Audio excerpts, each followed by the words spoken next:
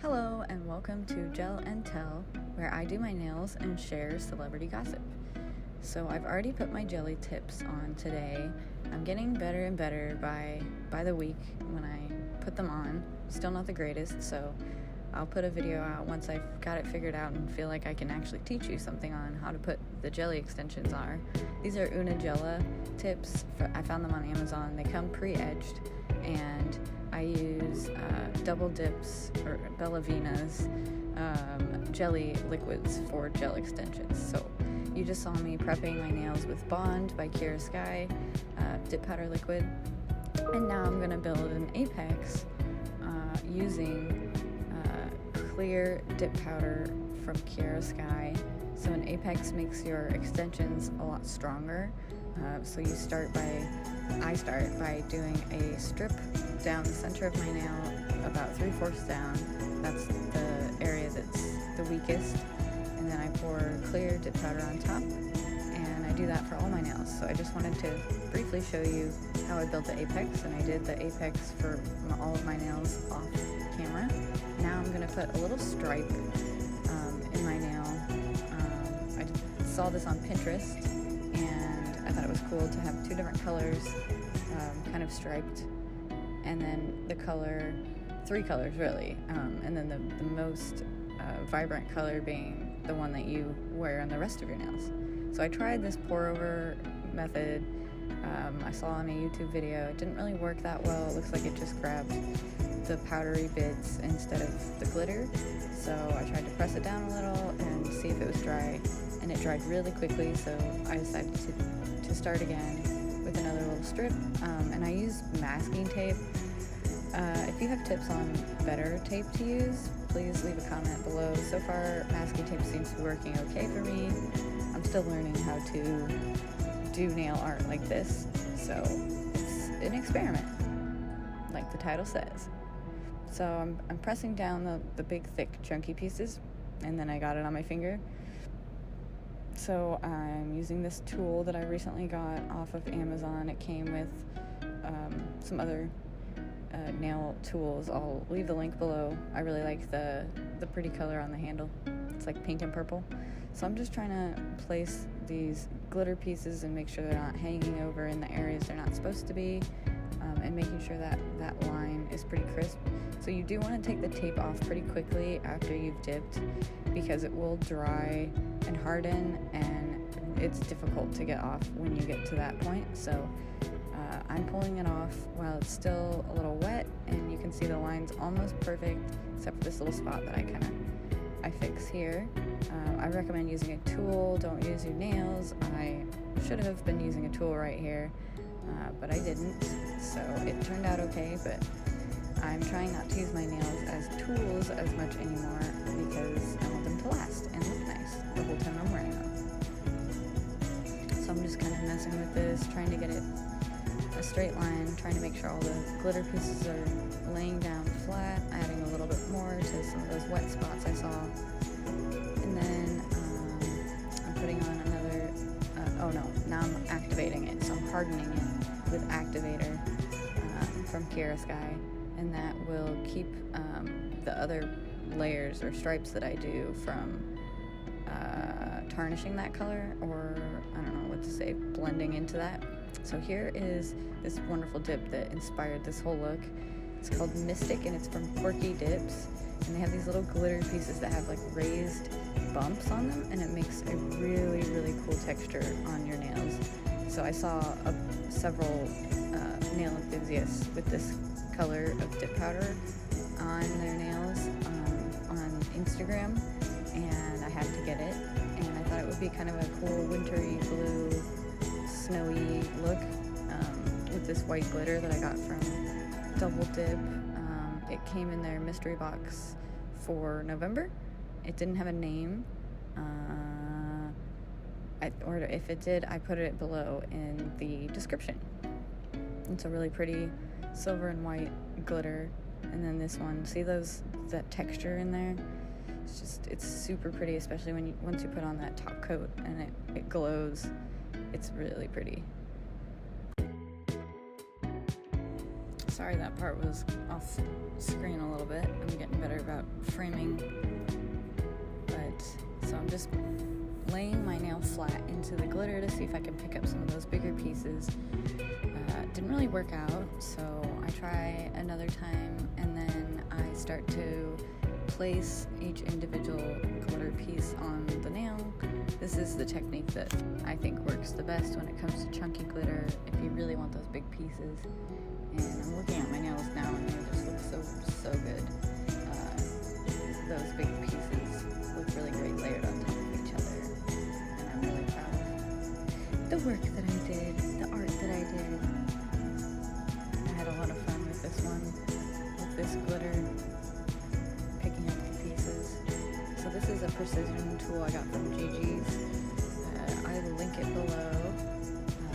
Gigi's precision tool is what it's called. I need to try some. I think I've ordered some of Gigi's dip powders, but I need to order some more and try those out for fun.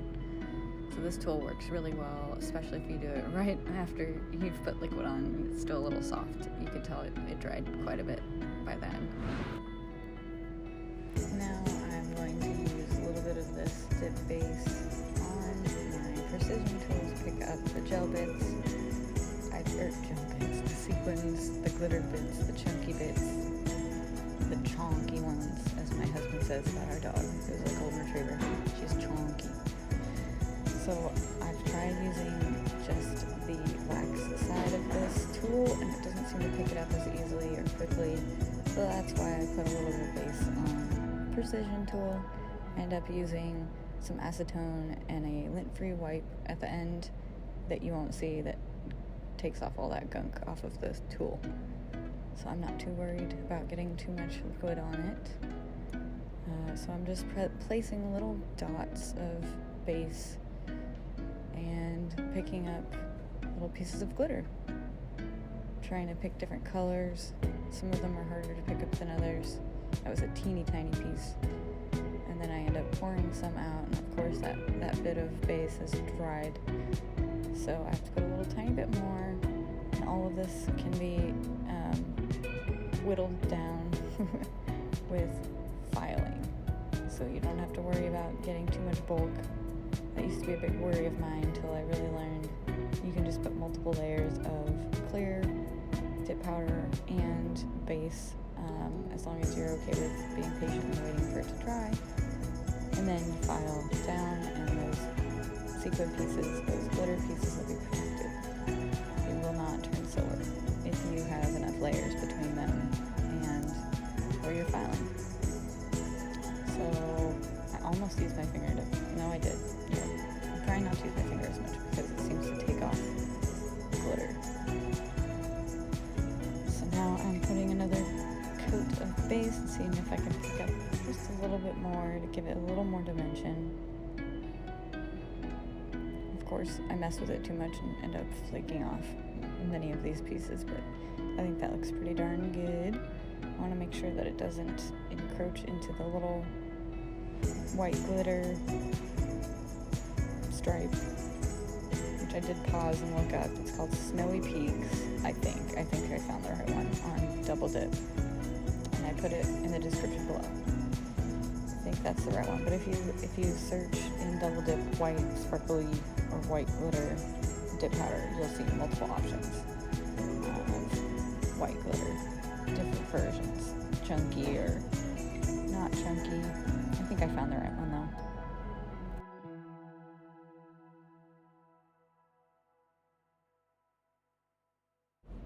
I've noticed that I tend to spend extra time on my left hand when I'm recording, and then when I get to my right hand, I don't record as much, so I don't spend as much time, and they don't look as good. So I'm going to try not to spend as much time on my left hand so that I have energy to use on my right hand as well.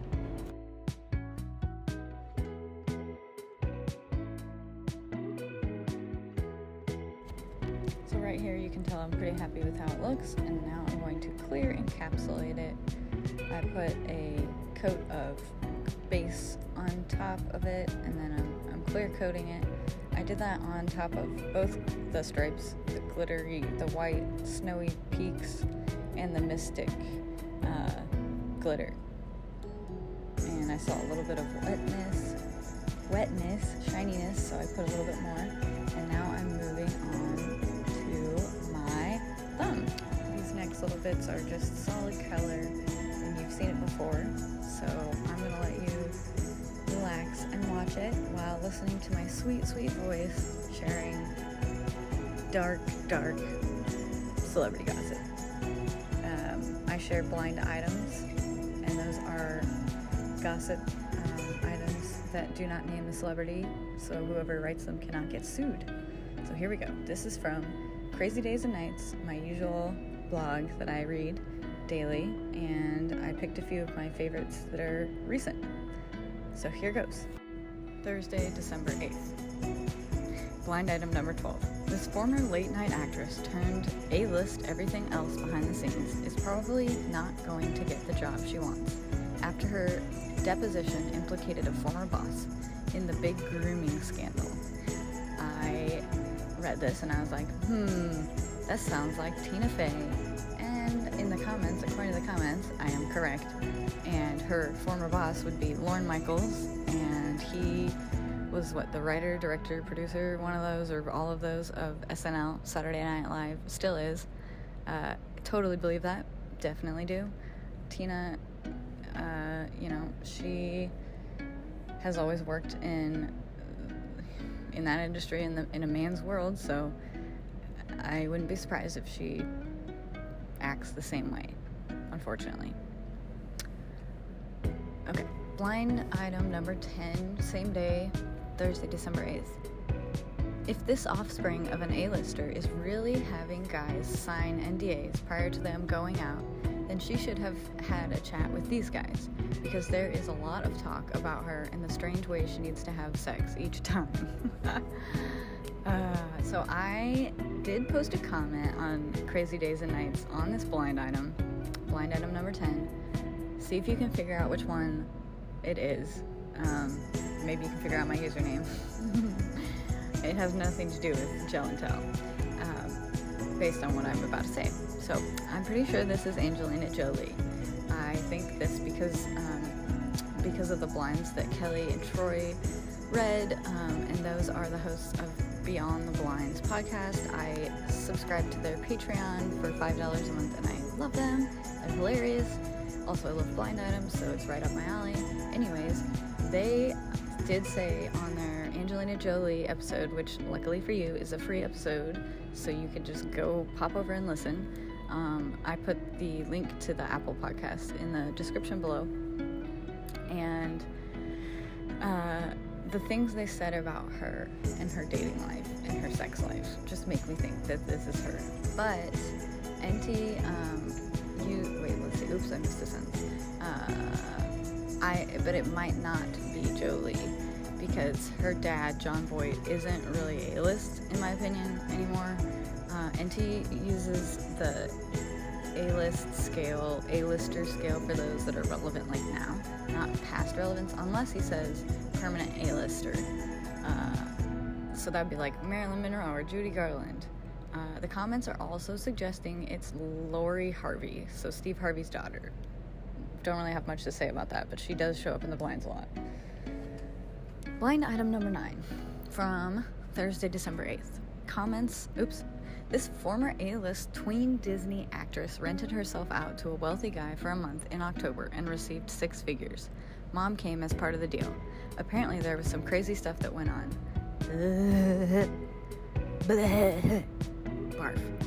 The comments suggest that this is Lori Harvey, potentially. And this is a glitter nail that is just glitter. So you'll see me kind of messing with it a little bit, and then we'll hop back into explaining it. And I might pop in and out about blinds. But anyways, comments think it's Lori Harvey or Lindsay Lohan. And I was like, ew, no, it can't be Lindsay Lohan. But then I saw the picture that someone posted in the comments of Lindsay literally kissing her mom in the mouth, like open mouth kiss. And then I Googled it, and it sure was a thing. It really happened. So maybe, I don't know. I know Lindsay Lohan does yachting, which is how we label sex work in Hollywood these days. But I don't know about her mom. I think her mom's a little too old for that, but I could be wrong. They also guessed that it was Bella Thorne, and she has been in the blinds lately, and she did allegedly lose a lot of money in crypto. That was a blind item either on Monday or Tuesday of this week, so December 6th or 7th. So that could be connected. All right, let's do, oh God, I put the picture of Lindsay and her mom kissing. I forgot. Ew, it's so gross. Oh my God. Okay. Next. All right, blind item number 1. This is a blind item revealed on November 30th, but it was posted December 8th. And the reveal, well, I'll just read it. Apparently, the permanent A-list actress has decided, since it is not going to hurt her career, to not say anything about the designer. She just won't say a word about it and keep cashing those checks. It was revealed to be Nicole Kidman and Balenciaga. I know this is a touchy subject right now, so I'll be careful with my words. I am not monetized yet, though, so nothing really can happen to me. I mean, maybe. Oh, by the way, all these blind items are alleged, none of it. I'm not saying that any of this is true. This is just gossip, okay? All right.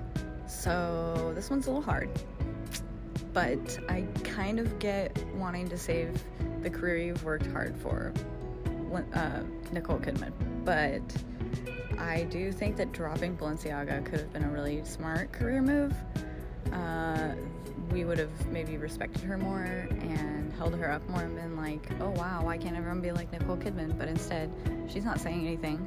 I'm sure her team of publisher, agent, manager, those people have advised her to shut up because her dad was accused of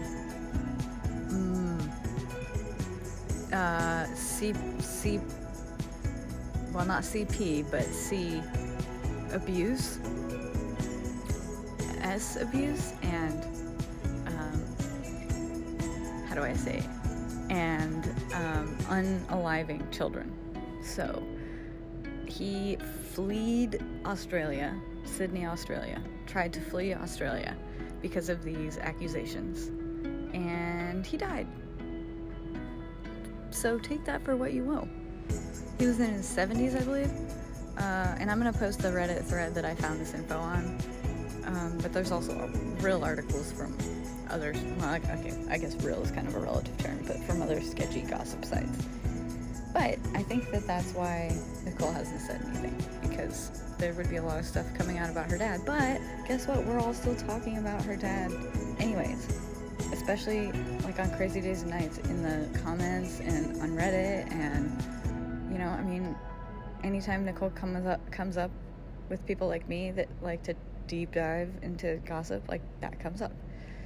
So, I don't know, I just think, whatever. All celebrities are rotted is basically the moral of the story. Used to love Nicole. Still do, as an actress.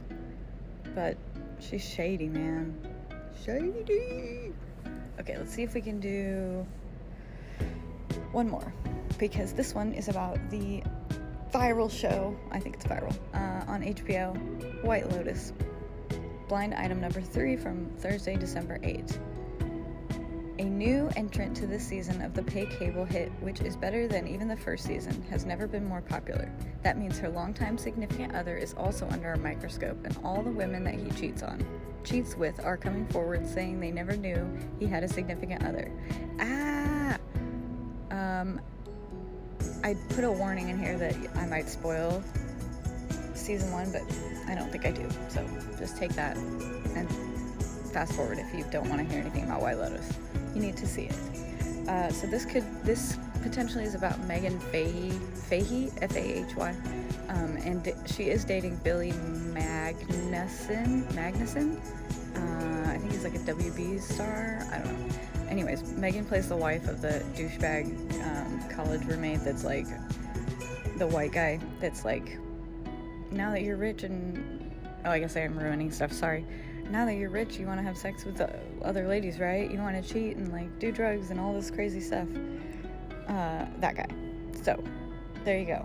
That's That's the white lotus. Sorry, I just saw the next one. I guess we'll do one more because it's about the lovely, the wonderful, not Andy Cohen.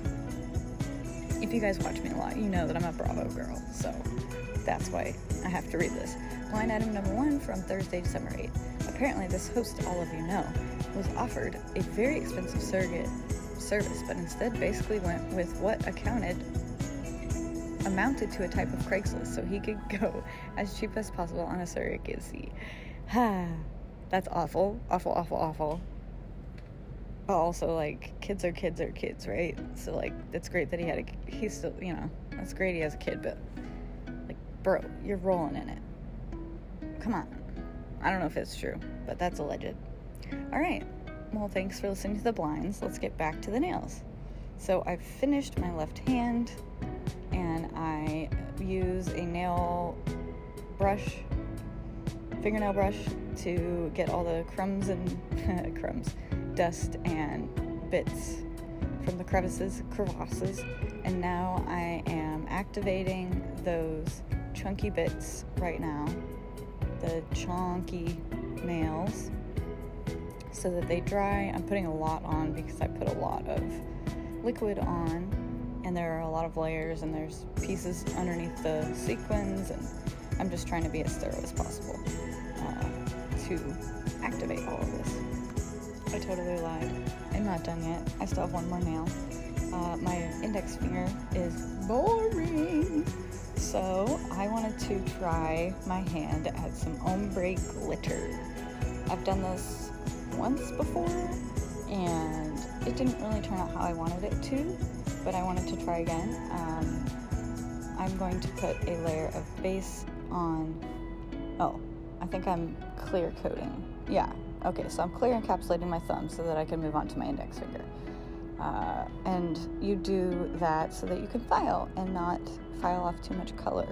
Sorry, I was a little out of order there. I thought I looked ahead. But anyways, so once this dries, I will move on to my index finger. Okay, now it's time for this.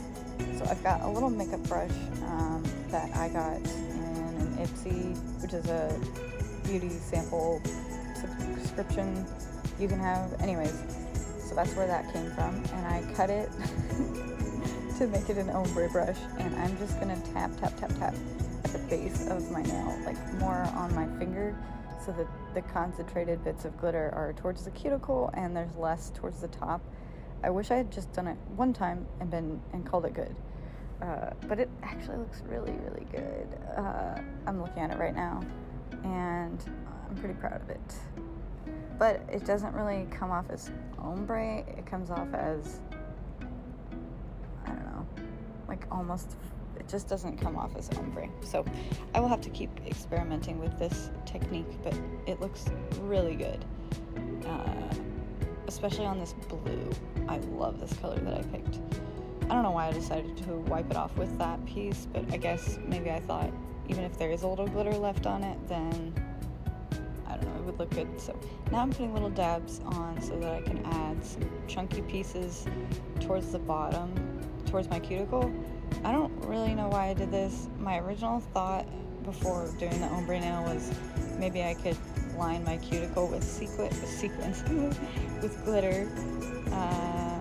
But then I decided to do the ombre, and then I kind of wanted to integrate both ideas, and it just, I mean, it looks fine. It looks good. It just also looks like, to me, it looks like two ideas I shoved into one that aren't quite fully thought out. But I'm learning, and it's fun to experiment. So I'm just going to be picking up little pieces and placing them. So I will let you watch without any interruption for a moment.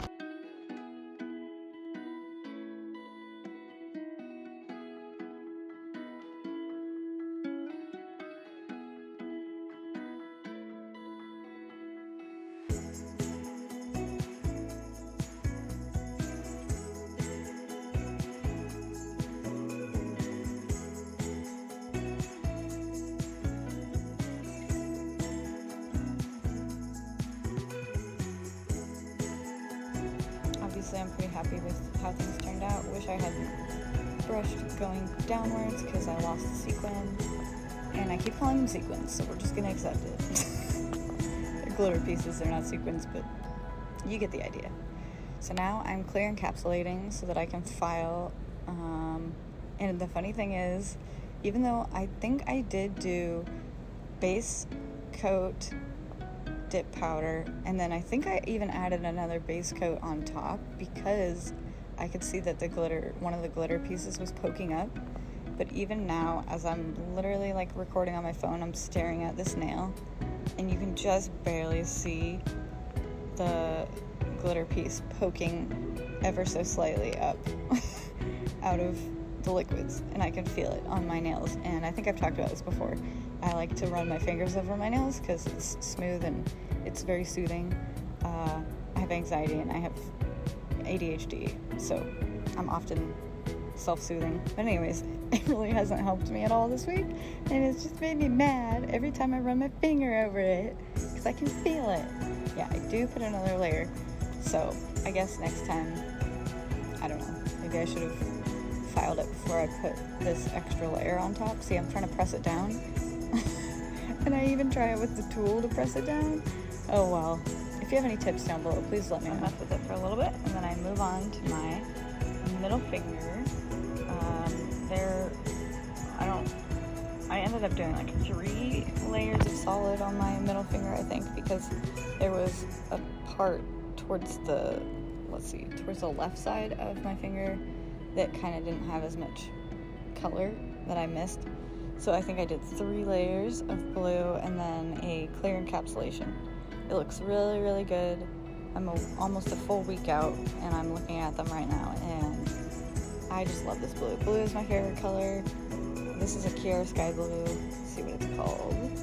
It's called Someone Like It Blue. Someone Like It Blue is what it's called. And I love it. I don't know if you know or have noticed, but my engagement ring is sapphire. Well, it's diamond in the middle, and it has blue sapphires around the diamond, and that's because my birthstone is sapphire. I was born in September, but even before I realized, I think before I realized that sapphire was my birthstone, I liked blue. I've always liked blue as a kid. Useless information that you don't need to know about me. Now you know. Okay, so I'm pointing out these little bits of I don't even know what, but somehow my pretty new bottle or container of clear Kiara Sky dip powder was contaminated, probably by glitter. So I ordered another one, and now I have that bottle that you saw, or whatever that's called, container. It's just going to be reserved for glitter nails, and the new one that I have is going to be just for solids. So maybe that will help. I've also switched from, I meant to bring this up in the beginning. I switched from silicone muffin tin liners to the throwaway kind, just to see if that contamination possibly was from silicone. I don't think it was. I asked another YouTuber if they've had that problem before, and they didn't. I'm pointing that out on my thumb too. There are some little, contaminated bits, but I end up filing them off, and I'm just showing you that I'm going to file there. And now, look how beautiful they are. So I think, I messed up recording the first layer of top coat, and I was annoyed, but we just move on sometimes. So you don't get to see the first layer, which is my favorite because it goes from super dull to super shiny, and it's like a fun little reveal to see how much your hard work paid off of filing and nitpicking and using the precision tool and all of that. But alas, now you're seeing me go in with the second top coat where I cap the edges, or the free edge of your nail. Didn't used to do that, and I got really annoyed when my nails would get long, and I used to wear them really short, and once they started clacking on my keyboard, I would file them down even if I had dip powder on, and I would still wear that set for like 2 weeks and just keep filing them down. Not a great idea. it didn't ruin them or anything, but they didn't look very good, and they just didn't look finished. And they were always changing length. So now I do them once a week, and I cap the end, and I've embraced the clacking and clicking on my keyboard. But I also recently this week I saw an Instagram post, or no, it was on Reddit, sorry. I'm in this subreddit for nails. It's literally called Nails. And we were discussing how you do daily activities with long nails, and a lot of people use their knuckles instead of the tips of their fingers to punch things like elevator buttons or your phone or whatever. But the other thing that I was going to say is they taught me to start using the pads of my fingers to type instead of using the tip of the nails. So I've been trying that this week. Let me know if you guys do that below in the comments. Anywho, thanks for joining me today. These are my favorite nails I've ever done. I think I've really improved lately my technique, and I'm very proud with how these turned out. So be sure to like and subscribe, and leave me a comment below. Engage with me on Instagram, and go to Reddit and check out that subreddit.